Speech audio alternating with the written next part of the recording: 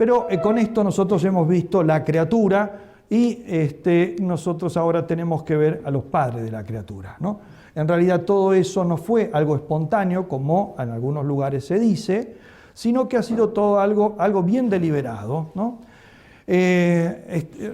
Recordarán algunos de ustedes ese cuento, ¿no? Esa narración, un ensayo de Chesterton que él titula Los árboles y el viento, donde él dice: estoy en una plaza, ¿no? Y estoy viendo los árboles moverse por un gran ventarrón, y me acordé de lo que hace unos años me pasó algo similar. También estaba en una plaza, había un ventarrón y junto a mí había una señora con un chiquito que tenía 4 años, al cual se le volaba el gorro y no podía agarrar y estaba muy fastidiado. Entonces el nene le dice a la mamá: pero ¿por qué no cortan los árboles para que se acabe el viento? El chico creía que eran los árboles los que producían viento. Él dice: exactamente, todos se reirían de lo que dice el niño y sin embargo piensan exactamente lo mismo que él. Piensan que son los movimientos de la historia, los movimientos de los hombres, en este momento todo lo que acabo de mencionar, los que crean la cultura, los que crean las ideas, y en realidad son las ideas las que producen esos movimientos, ¿no?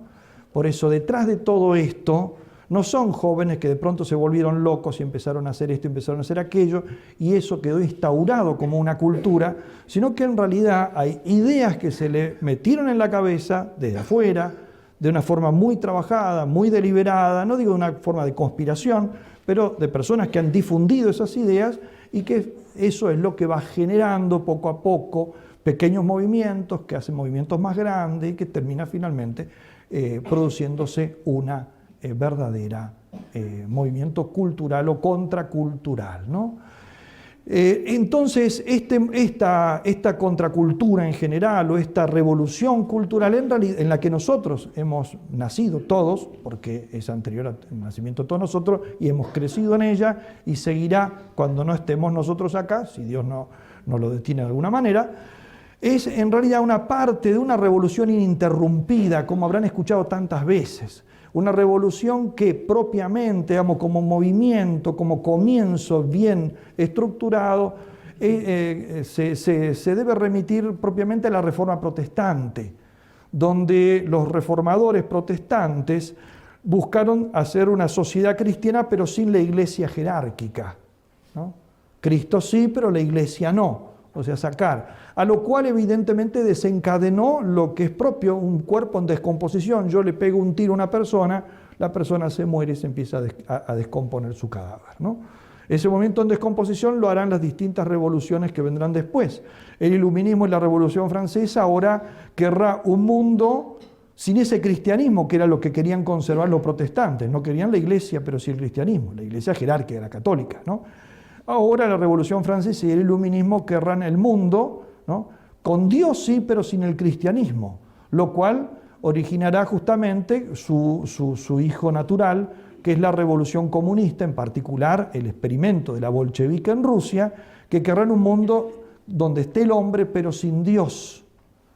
Y evidentemente, una vez que hemos dejado nosotros al hombre solo, sin Dios, sin Cristo, sin la iglesia, el hombre se vuelve contra sí mismo, que es la revolución in interiore homine, expresión de San Agustín, en el hombre interior, ¿no? Que es justamente la revolución cultural. Esta revolución en la que nosotros estamos metidos y que simboliza el Mayo francés, pero solo lo simboliza, es mucho más amplio, ¿no? Esta revolución que justamente tiene esta intuición que la expresa muy bien este pensador marxista, Grigori Lukács, húngaro, que él decía que el principal obstáculo a la revolución, ahora sí, la cultural, la total, es la noción del hombre como imagen viva de Dios. Para la transformación duradera de la sociedad, esta noción debe ser sustituida por una concepción más pesimista, animal y mecánica del hombre. Y ahí se entiende por qué todo lo que vimos, por eso el tema de la fealdad, el tema de la destrucción del arte, el tema el tema de la destrucción, de la degradación del hombre a través de la sexualidad animalizada, el tema de las drogas, el tema de todo eso. Eso es algo que justamente es lo que se busca aquí, ¿no?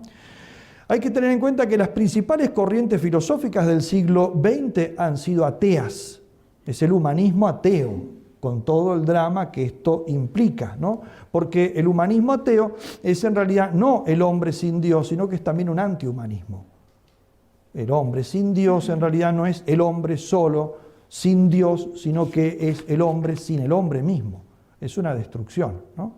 Y esto es propiamente esta revolución cultural lo que se encargará de hacer el marxismo cultural. El marxismo cultural en realidad ha buscado precisamente eso, porque es la continuación de su revolución anterior. En realidad, ya Marx, lo que se conoce como el joven Marx, es decir, Marx en su primer pensamiento ya sostenía que la revolución tenía que ser cultural, pero después él la va a abandonar de alguna manera eso. Por eso se lo conoce como el pensamiento del Marx joven, o el joven Marx, ¿no? En 1843, en una carta, él hablaba esto, de que había que hacer una crítica despiadada de todo cuanto existe. Entonces, no del capitalismo, no se refería en ese momento al capitalismo y a todo el problema, digamos, de la burguesía. Él hablaba de una revolución a todo lo que existe, a todo. Por lo tanto, es lo que propiamente nosotros entendemos por revolución cultural. Pero cuando se trata de implantar el comunismo en Rusia, no se emplea esto, sino que se emplea el camino de la violencia.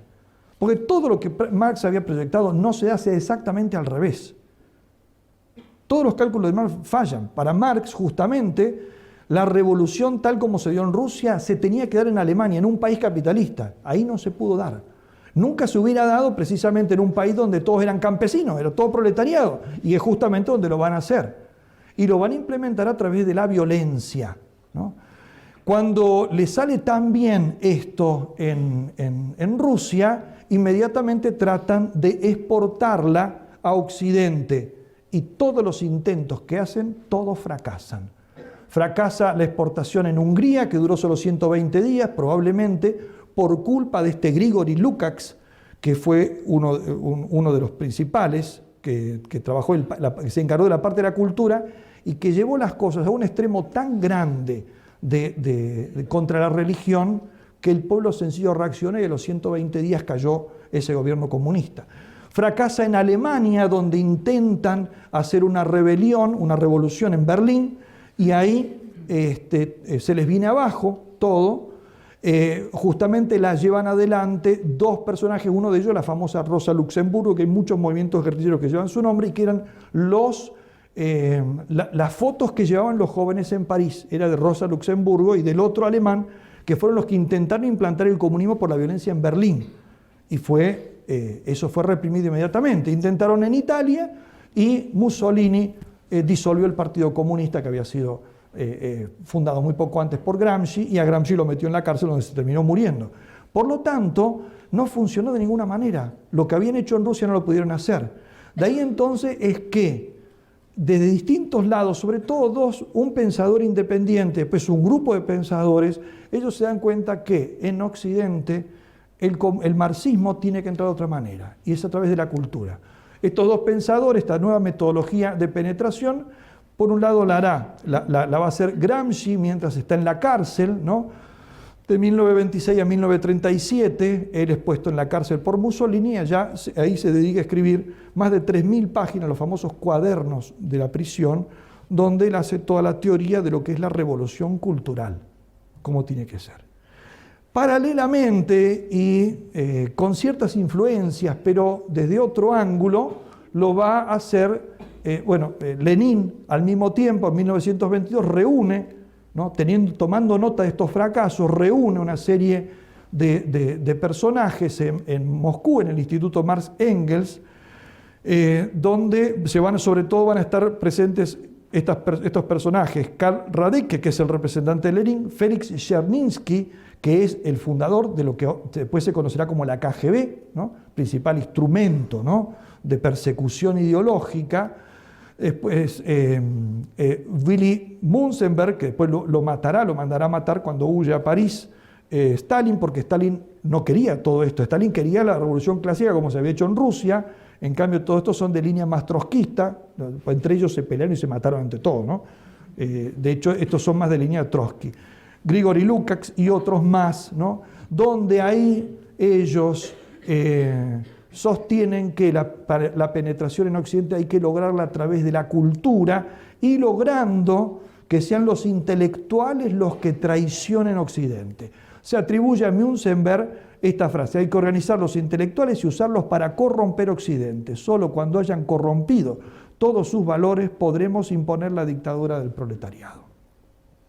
Y esto será simplemente el programa que se querrá llevar adelante. Y el principal instrumento será lo que se conoce como la Escuela de Frankfurt, ¿no? El aporte frankfurtiano es muy importante, esos son los primeros de la Escuela de Frankfurt, ¿no? La Escuela de Frankfurt se funda justamente en 1923, fíjense que es un par de años después de esa reunión, que se funda en Frankfurt, especialmente por el hecho de que Frankfurt era la ciudad con mayor proporción de judíos después de Berlín y con la comunidad más grande en sí, agrupada, y además casi toda volcada al socialismo. Allí se funda con el título de Instituto para el Marxismo, que después le cambiarán porque era muy alevoso, resultaba para mucho, como por Instituto para la Investigación Social. Ellos nunca se llamaron Escuela de Frankfurt, es un nombre con el que empieza a ser conocida después de que vuelven de Estados Unidos estos pensadores, ¿no? Y ellos aceptaron ese título, pero ellos no lo tuvieron nunca propiamente, ¿no? El fundador es Felix Weil, en realidad el que pone el dinero, que es un judío argentino, ¿no? Nació en Argentina y que se crió en Alemania, ¿no? Y que hijo de un empresario argentino muy importante, otro judío, que también vivía para esa época, porque sus empresas las tenía particularmente en Europa, ¿no? Aquí tenía los graneros, importador de granos. Lukács, el que ya dije que estuvo en la otra reunión, el que va a llevar la idea, y algunos de los personajes principales que intervinieron en ella es Max Horkheimer, Theodor Adorno, Erich Fromm, Walter Benjamin, Herbert Marcuse, Pollock, etc., ¿no? Algunos de la primera hora, otros del segundo momento. Ellos, cuando sube Hitler al poder, todavía no estaba la guerra, pero ahí, aunque ya lo habían decidido antes, o sea, no es por ese motivo como suelen decir, en realidad estaba decidido antes, pero ahí realmente levantan campamento y se van de Frankfurt, ¿no? Y se van primero a Ginebra, luego a París y finalmente a Estados Unidos, donde ellos van a ser acogidos particularmente en la Universidad de Columbia. Recuerden que la mayoría de los pensadores que vimos ahí, todos habían salido de la misma universidad, de la Universidad de Columbia y Princeton. De hecho, se conoce la Universidad de Columbia, se la llama la segunda sede de la Escuela de Frankfurt, ¿no? Representa la Escuela de Frankfurt, según un autor, dice, la más exitosa operación de guerra psicológica de la Internacional Comunista contra el Occidente capitalista, ¿no? ¿Cómo estamos de tiempo? No. Podemos ver un pequeño videito, pero vamos a hacer así. Bien. ¿Qué es lo propio de la Escuela de Frankfurt, ¿no? Horkheimer y Adorno, ¿no? De los dos principales. Se trata de un marxismo disidente, es decir, disidente del marxismo tal como se estaba dando en Rusia. En realidad ellos se remiten al joven Marx propiamente, como lo reconocen. Dice así: para Marcuse, el joven Marx practicaba una filosofía concreta y mostraba que el capitalismo no solamente significaba una crisis económica o política, sino también una catástrofe del ser humano. Consecuentemente, lo que se requería era no solamente una reforma económica o política, marxismo clásico soviético, sino una revolución total. Esto lo dice un discípulo de Adorno, ¿no? O sea, es la interpretación del propio costado, ¿no? de ellos, ¿no? Una revolución total. Imagínense, ¿no? ¿Qué puede querer decir total a qué añade el calificativo de total a una revolución a la que el hombre ya se lo despojó de la Iglesia, de Cristo y de Dios? Significa realmente eso, es fragmentar al hombre desde adentro. En concreto, demoler los fundamentos judeocristianos de la civilización occidental, lo cual es un intento ciertamente gnóstico, ¿no? Y como todo esto suena un poco así como que uno exagera o ve gnósticos en todas partes, es interesante este texto de la obra más importante de estos dos autores juntos, Horkheimer y Adorno, ¿no? La obra dialéctica de la Ilustración tienen esta frase: Cristo, el Espíritu encarnado, es el mago divinizado. Fíjense qué interpretación que tienen. Es el mago divinizado. La autorreflexión humana en lo absoluto, la humanización de Dios en Cristo es el protón pseudos. Enseguida explico lo que es eso. El avance frente al judaísmo se ha pagado, o sea, el hecho de ellos sobrevivir y el judaísmo no, se ha pagado al precio de la afirmación: el hombre Jesús ha sido Dios. Justamente el momento reflexivo del cristianismo, la espiritualización de la magia, eso es el cristianismo, es responsable del mal. Así que esta afirmación, la humanización de Dios en Cristo, es decir, la encarnación, es el protón pseudos. Protón pseudos significa, ¿no? Protón pseudos es la primer falsedad. Ese nombre, protón pseudos, es de Aristóteles. Aristóteles en los analíticos, en los primeros analíticos, es decir, obra de los primeros analíticos, cuando habla del silogismo, él habla del protón pseudo. El protón pseudo es aquella premisa falsa a partir de la cual se sacan todas las conclusiones falsas. O sea, la encarnación de Cristo es la falsedad de la cual se siguen todas las falsedades en las que nosotros estamos inmersos. Es el responsable, por eso, de todo el mal. Incluso acá lo va a decir, porque la dialéctica de la Ilustración es parte de otra obra, ¿no? que justamente va contra el tema de la discriminación. Es el autor del antisemitismo. El responsable del antisemitismo es el cristianismo, ¿no?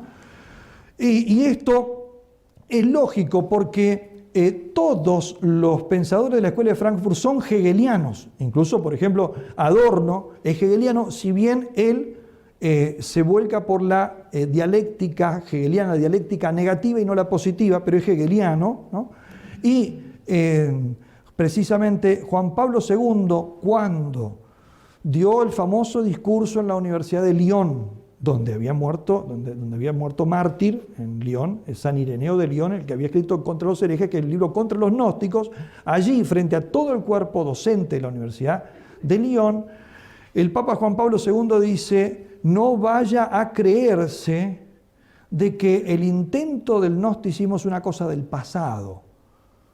El gnosticismo siempre ha seguido intentando meterse en el mundo occidental, dice, y justamente dice, el intento de Hegel, dice él, varios de los profesores eran hegelianos los que estaban ahí, el intento de Hegel no es otra cosa que un intento del gnosticismo, un intento gnóstico.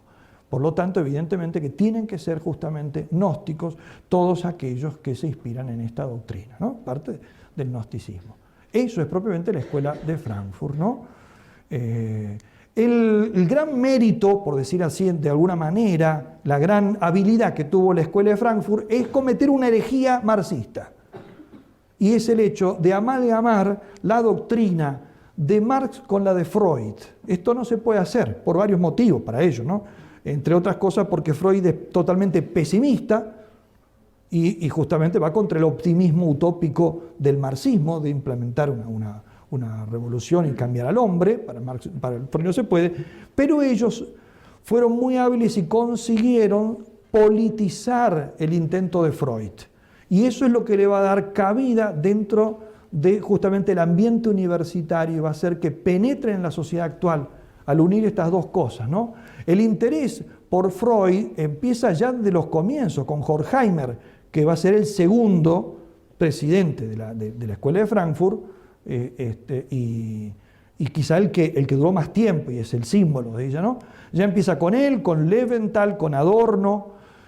Particularmente esto lo va a materializar Erich Fromm, que de la Escuela de Frankfurt es el psicoanalista, él era el psicólogo, el especialista en este tema, y él ve cómo aporta a la antropología materialista la doctrina freudiana y le puede sacar el alcance político de los análisis psicológicos, ¿no? Quien va a llevar adelante esto es alguien que no perteneció a la Escuela de Frankfurt, que es Wilhelm Reich, que en Estados Unidos, también otro de los tantos emigrados allí, él va a hacer un intento de lo que se llama la revolución sexual. Él no perteneció, a pesar de que algunos libros dicen que fue de la Escuela de Frankfurt, no fue nunca de la Escuela de Frankfurt. Él había intentado ya antes unir a Marx y Freud y lo echaron del Partido Comunista y lo echaron de la Sociedad Psicoanalítica, lo echaron porque no se podía, ¿no?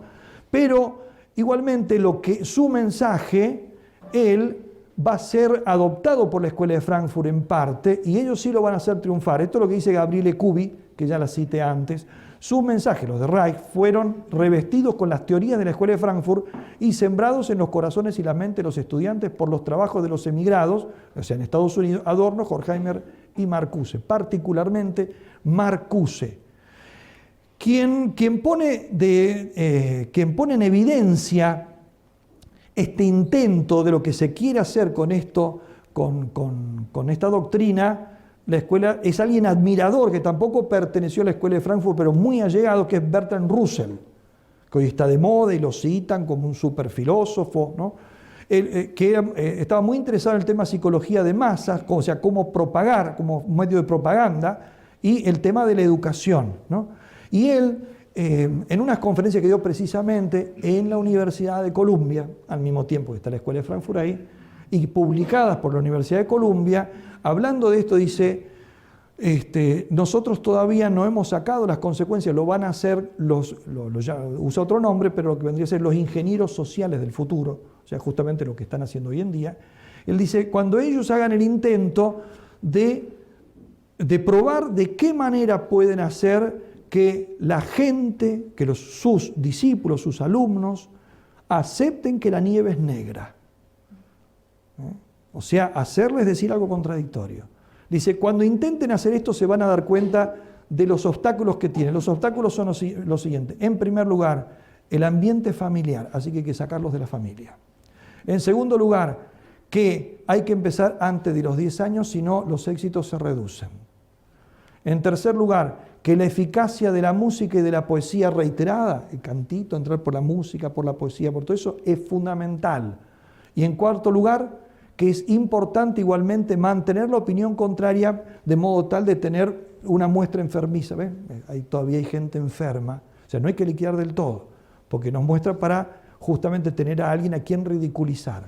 Con esto, dice, cuando logren subsanar estos obstáculos, o sobre todo esto, el poder empezar a adueñarse de los chicos, digamos, mientras más temprano la edad, mejor, fuera del ambiente familiar, etcétera, y a través de todos los medios culturales, incluida la poesía y la música, el tema de la literatura como están haciendo, se van a dar cuenta de que en una generación no van a necesitar más ejército ni policía.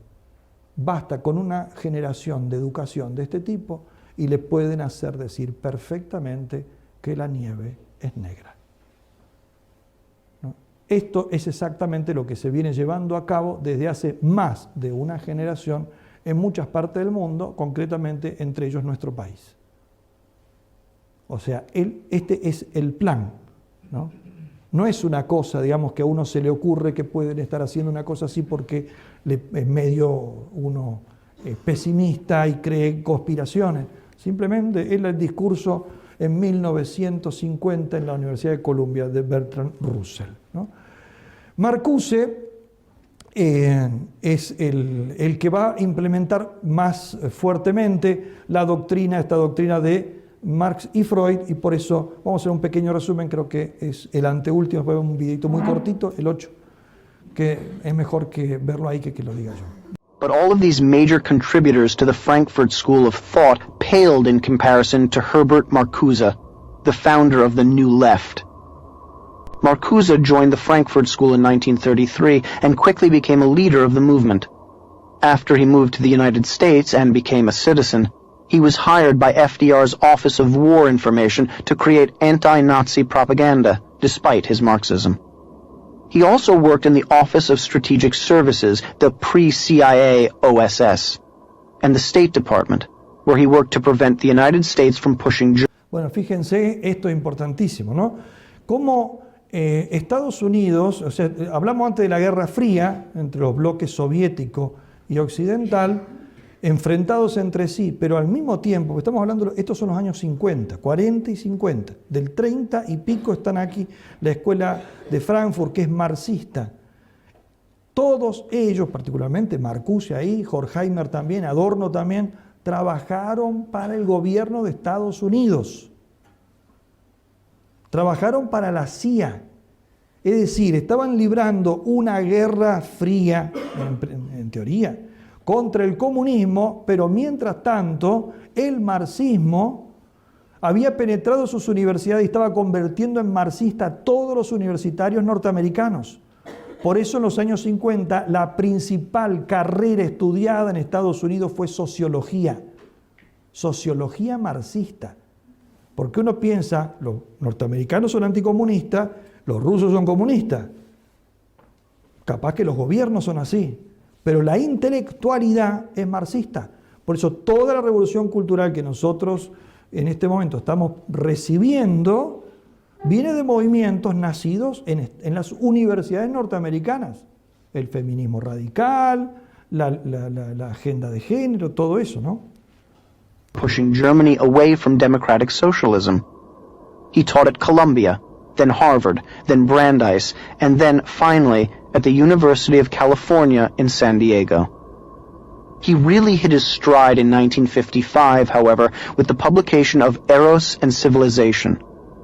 The book essentially made Wilhelm Reich's case that sexual liberation was the best counter to the psychological ills of society. Marcuse preferred a society of polymorphous perversity, which is just what it sounds like, people having sex every which way with whatever. It wasn't so much the freshness of Marcuse's message that made the difference, it wasn't a fresh message, as his timing. The kids brought up with Fromm and Freud and Spock were coming of age. The misplaced guilt of the greatest generation brought forth a new generation free to embrace Marcuse. While similar philosophies of sex had failed in the 1920s, 1930s, and 1940s, by the 1950s, the men and women who had suffered through the Great Depression and fought in World War II were determined to raise privileged kids who would never have to actually fight for their country or work for their food. The result was a group of kids ready and able to participate in the sexual revolution promised by the Frankfurt School. Marcuse excused sexual promiscuity as the fulfillment of the need for the people to rise up against Western civilization and to free themselves of the sexual repression it created. Not a hard sell for teenagers. It was no wonder that in a very real sense, his followers believed they were doing something special when they made love, not war, a slogan attributed to Marcuse himself. They were using their sexual energy to bind the world together rather than destroy it, as sexual repression would do. While Marcuse may not have been the most important intellectual force behind the Frankfurt School, he was its most devious and effective marketer. The advertising adage, sex sells, was applied to selling a generation on the idea that their parents' values and ideals were repressive and evil. Marcuse carried his critical theory in another destructive direction as well. While repeating the Marxist trope that the workers of the world would eventually unite, he saw the Third World's anti-colonial movements as evidence that Marx was right. He recognized that in the United States there would be no such uprising by the working class. He therefore needed a different set of interest groups to tear down capitalism using his critical theory. And he found those groups in the racial, ethnic, and sexual groups that hated the old order. These victimized interest groups rightly opposed all the beauties of Western civilization with all the defiance and the hatred and the joy of rebellious victims, defining their own humanity against the definitions of the masters. Marcuse's mission was to dismantle American society by using diversity and multiculturalism as crowbars with which to pry the structure apart, piece by piece. He wanted to set blacks in opposition to whites, set all victim groups in opposition to the society at large. Marcuse's theory of victim groups as the new proletariat, combined with Horkheimer's critical theory, found an outlet in academia, where it became the basis for the post-structural movement, gender studies, LGBT/queer studies, African American studies, Chicano studies, etc. So Marcuse had to find a way to defy the opposition.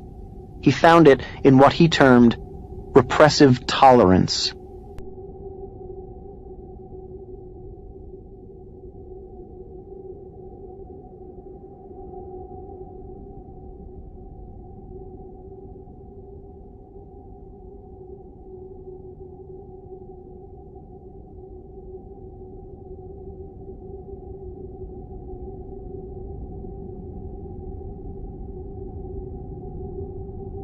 In 1965, Marcuse wrote an essay by that name in which he argued that tolerance was good only if non-dominating ideas were allowed to flourish, and that non-dominating ideas could flourish only if dominating ideas were shut down.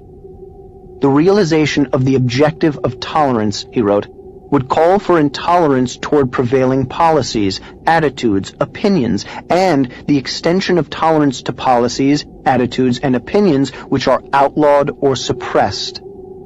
America was experiencing a repressive tolerance under which dissenting viewpoints were stifled. What it needed was partisan tolerance. In other words, if you disagreed with Marcuse, you should be forcefully shut up, according to Marcuse. This made political debate very convenient for him and his allies. This totalitarianism is now standard practice on college campuses, in the media, and in Hollywood, the very places that the Frankfurt School sought to control. Marcuse called for a tyranny of the minority, since the tyranny of the majority could not be overcome without a total shutdown. There's another name for Marcuse's partisan tolerance: political correctness. In fact, the term political correctness came from one of Marcuse's buddies, Mao Zedong. Mao used the term to differentiate between those who had scientifically correct views and those who did not. Those who did were termed politically correct. In 1963, just 2 years before Marcuse's repressive tolerance, Mao came out with an essay entitled, "Where Do Correct Ideas Come From?" In that essay, he argued that the Marxist society determines correct ideas, and all incorrect ideas must be put out of their misery. Mao thought it, Marcuse thought it, and his ideological heirs thought it and still think it. Bien, es un muy buen resumen de Marcuse, ¿no? Y lo que se logra con eso es precisamente lo que se puede llamar la demolición de todo, que eso es la revolución cultural, la demolición global. La doctrina central frankfurtiana, que es la teoría crítica, que no quiere decir interpretar el mundo, sino transformarlo. Es una crítica a todo sin construcción alguna. Poner en duda absolutamente todos los fundamentos de la sociedad. Y vamos a ver el último videito, son 3 minutos nada más, para que vean hasta qué punto es verdad. Si bien este autor, lo que vamos a ver ahora, este es el vicepresidente de Bolivia, ya muchos lo han visto este video, fue vicepresidente de Bolivia, de Evo Morales, hablando en un congreso para intelectuales en Venezuela frente a Maduro. Si bien él, aparentemente el lenguaje es más bien de Gramsci, sin embargo es exactamente en este punto lo mismo que dice toda la revolución cultural, la escuela frankfurtiana, etc. Y fíjense la globalidad de los instrumentos a los que apelan para penetrar la cultura. Lo dice con una claridad. Y si nosotros no llegamos a ese lugar, no podemos ganar. La batalla se la logra si usamos todos los medios posibles, todas las herramientas posibles: discurso, organización, libros, televisión, novelas, chistes, bromas, teatro, dibujo, todos los medios posibles de expresión del arte y del espíritu humano para transformar los esquemas más profundos del orden ético y del orden lógico con que las personas simples, sencillas, organizan su vida, organizan su mundo. Este es el gran reto de nuestras revoluciones, presidente. Este es el gran reto. Hemos avanzado muy bien. Es más fácil hacer una revolución que profundizar la revolución. Porque es fácil hacer una revolución aprovechando la crisis del orden neoliberal. Pero es mucho más difícil anular el orden neoliberal en el espíritu, en el habla, en la ética, en la forma de organizar cotidianamente la vida cotidiana, en el sentido común, pues. Ese es nuestro reto, presidente Maduro, y ese es el reto que tenemos los intelectuales. Tenemos que salir de la academia, no abandonar la academia, salir de la academia. Yo veo a muchos intelectuales en Europa, presidente, haciendo hermosos libros que uno lo lee.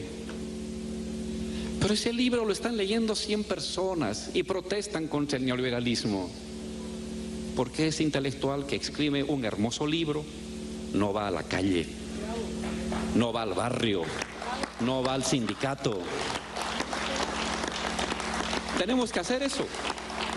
Y hay que convencer al que hace la telenovela, al guionista de televisión, al guionista de teatro. Hay que hablar con el artista, hay que hablar con el que hace radioteatro, hay que hablar con el que hace presentación de música. Hay que irradiar un nuevo sentido común revolucionario, que es irradiar un nuevo esquema espiritual que nos permite ordenar ética y lógicamente el mundo. Tenemos una tarea gigantesca, presidente. Esa es la manera en que el intelectual debe comprometerse. Usar todos los medios posibles, usar todas las vías posibles, usar todas las herramientas posibles para desmontar el viejo orden lógico y ético del mundo y para introducir las pautas de un nuevo orden lógico y ético del mundo.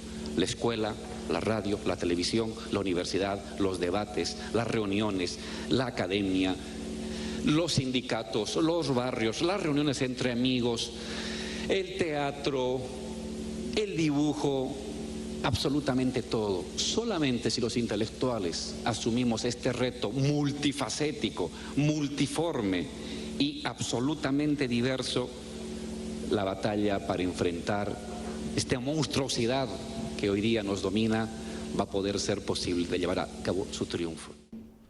Bueno, está dicho de una manera que si uno lo dijera, pensarían que uno está exagerando. Ese es García Linera, vicepresidente de Evo Morales, hablando en la reunión de intelectuales de Caracas, ¿no? Congreso de Intelectuales de Caracas.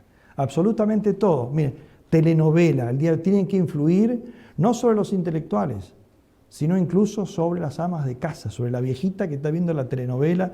Hay que cambiarle la cabeza, sobre los niños, el dibujo, el lenguaje, todo, absolutamente. Es exactamente ese programita que uno podría decir, parece que uno tiene en la cabeza una conspiración, que hay conspiración en todas partes, de lo que habíamos visto que decía Lukács y lo que decía Münzenberg, es exactamente lo mismo que repite este hombre hace 2 años atrás en Caracas, ¿no? Por eso entonces la crítica sin construcción, uno de los principales, pero murió muy pronto, por eso se murió por una sobredosis de droga, Walter Benjamin, uno de los que marcó el camino de la Escuela de Frankfurt y sobre todo el que influyó en toda la parte de literatura, ¿no? Él hablaba de organizar el pesimismo, ¿no? Pesimismo en toda la línea, desconfianza en todo. Él por eso colaboró muchísimo con este Bertolt Brecht como un experimento donde escribía obras de teatro donde era tal la confusión que creaba en la obra de teatro que la gente salía toda descontenta. Eso es lo que buscaba. Que la gente salía descontenta, pesimista, hasta eso. No fracasó, es decir, qué fracaso, se fueron todos enojados. La obra de teatro apuntó a que se fueran todos enojados, incluido con el director y con el guionista. Crear eso, ¿no?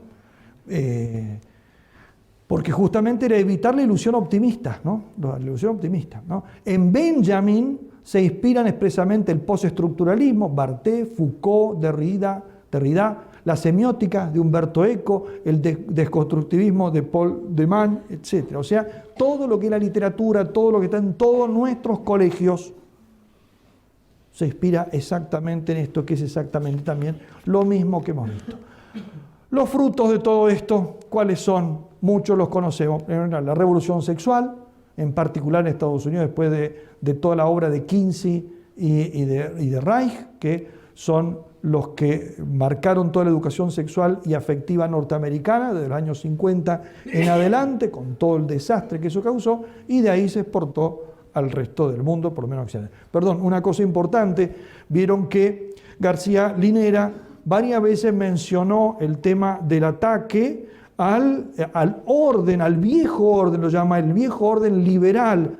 Ciertamente es en parte contra el liberalismo, en realidad lo que él llama el viejo orden liberal verdaderamente se refiere a los resabios, por decirlo de alguna manera, o a la estructura todavía sobreviviente del orden cristiano y romano en el que se basa Occidente. Es eso lo que quiere demoler, ¿no? Lo llaman ellos, lo identifican con el orden, el orden liberal o neoliberal, etc. Pero en realidad este otro se ha incrustado y ha descompuesto en parte, pero todavía hay elementos y resabios que quedan. Entonces no es un problema contra el liberalismo, porque el liberalismo es su padre. El liberalismo es el padre de esto. Ellos no existirían si no fueran por el liberalismo, por los liberales, ¿no? Por lo tanto, en realidad, ¿contra quién va dirigido el golpe? El golpe en realidad es esa lucha, ese desmontar lo que él llama la totalidad, ese orden, es la antropología cristiana y la concepción de la sociedad, de la política, de la religión que tiene el cristianismo y que todavía subsiste en parte en nuestra civilización. Es nuestra civilización, aunque esté enfermo, ¿no? Frutos, el feminismo radical, son todo inspirado en estos autores. Los lobbies gays, la agenda antinatalista, abortista, de género, etc., y la agenda masónica que está detrás de todo eso. La destrucción del lenguaje fue un fuerte instrumento marxista, siempre ha sido así. Y ya vimos lo que decía Walter Benjamin particularmente, ¿no? La tergiversación de la historia, lo que se ha hecho en nuestro país, ¿no?, desde hace 15 años con el tema del relato reinterpretativo de los hechos, ¿no? La educación marxistizada, marxismo cultural, la destrucción de la familia y de la patria potestad, ¿no? Todo esto está en marcha y algunas cosas ya están en las últimas etapas. Punto, ya se termina esto. Ya han logrado casi la mayoría de estas cosas, ¿no? Y la cristianofobia, que es un hecho realmente asombroso cómo ha logrado imponerse en nuestro tiempo, ¿no? Decíamos entonces que la revolución cultural, de la cual, volvemos al principio, el Mayo francés, no fue nada más que la carta de presentación en sociedad de algo que ya venía preparándose y trabajando desde un par de décadas atrás y ha seguido hasta nuestros días. Es una revolución interior. Es la revolución llevada ahora al hombre interior, a la descomposición del hombre interior. Una subversión con pretensiones metafísicas. Todas las revoluciones anteriores de alguna manera tenían pretensiones sociales, crear una sociedad cristiana pero sin la Iglesia Católica, una sociedad deísta pero sin Cristo, una sociedad humanista pero sin Dios. Ahora no es porque una sociedad, ¿en qué? Si quedó el hombre solo. Ahora es llevar esa subversión al interior del hombre. Es un cambio antropológico, que es lo que estaba presentando este hombre, García Linera. Un cambio en la visión de todas las cosas, que significa la visión del hombre. Porque el creador de la cultura es el hombre, ¿no? Una subversión con pretensiones metafísicas de lo natural contra lo sobrenatural y de lo natural en sí mismo, lo corporal contra lo espiritual, lo pasional contra lo racional, que es sobre todo la doctrina de Marcuse, especialmente en sus dos obras principales, o las más conocidas, ¿no? Eros y civilización, y el hombre unidimensional, o el hombre a una sola dimensión, en otra traducción, ¿no? Un desmantelamiento del hombre entonces en todas sus esferas, de su identidad familiar, el hombre desvinculado de sus raíces paternas, maternas, de hecho no tiene familia, el padre ausente, la familia destruida, ¿no? Las familias incluso con dos, por decirlo de alguna manera, progenitores, ni siquiera son progenitores, o dos personas del mismo sexo que se autodenominan los padres o las madres o lo que sea, ¿no? O con ninguno de ellos. En algunos lugares incluso los niños directamente ni siquiera los tiene la familia, son del Estado, ¿no? desmantelado en su identidad nacional. No hay ligamen de patria. No hay ligamen de patria. No hay patria. No hay sentimientos de patria. ¿No? Porque si no hay sentimientos de padres, no puede haber sentimientos de patria. Es una cuestión de tradición. Es así de simple. Si no hay familia, no hay patria. ¿No? Desmantelado en su identidad sexual original, la ideología de género. Nadie sabe qué es lo que es. ¿No? Ni en qué se va a convertir, porque creen que el género eso es una construcción social y todavía eso se puede ir cambiando. Somos transhumantes, como dice una de las principales ideólogas de la ideología de género, del feminismo radical, que es Judith Butler, ¿no? Yo, sí, ¿qué soy? Mujer, dice, soy varón, mujer, ¿qué soy? Bueno, sí, pero en realidad yo soy eso, yo viajo de una identidad a otra. Se va cambiando, ¿no?